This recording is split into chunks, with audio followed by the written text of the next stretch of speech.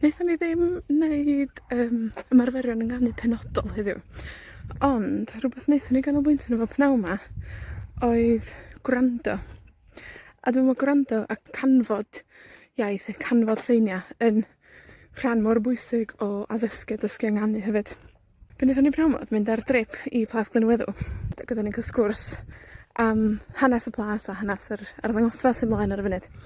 Ac bod y sgwrs ar gyfer pobl lefel uwch, ac oedd yn cael ei roi mewn Cymraeg, hollol naturiol, o'n i wedi gwahodd yn ysgwyr i ymuno a gwrando ar y cyflwyniad yma.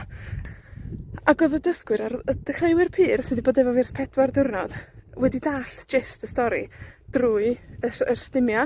Oedden nhw wedi dallt y gair storm, oedden nhw wedi dallt y gair stwmp, achos mae stwmp goeden dal ar ôl, ac oedden nhw wedi dallt y pwyntio, ac oedden nhw wedi dallt chydig o rifa, ac oedden nhw wedi mwynhau. Dwi'n meddwl bod ni'n aml yn ofn mynd a Dechreuwyr pur i ddigwyddiadau Cymraeg, ond dwi'n meddwl bod o mor bwysig pan ni'n dechrau dysgu iaith i fynd i ddigwyddiadau Cymraeg. A just clustfeinio, just mwynhau, just pig allan pethau da ni yn ddall.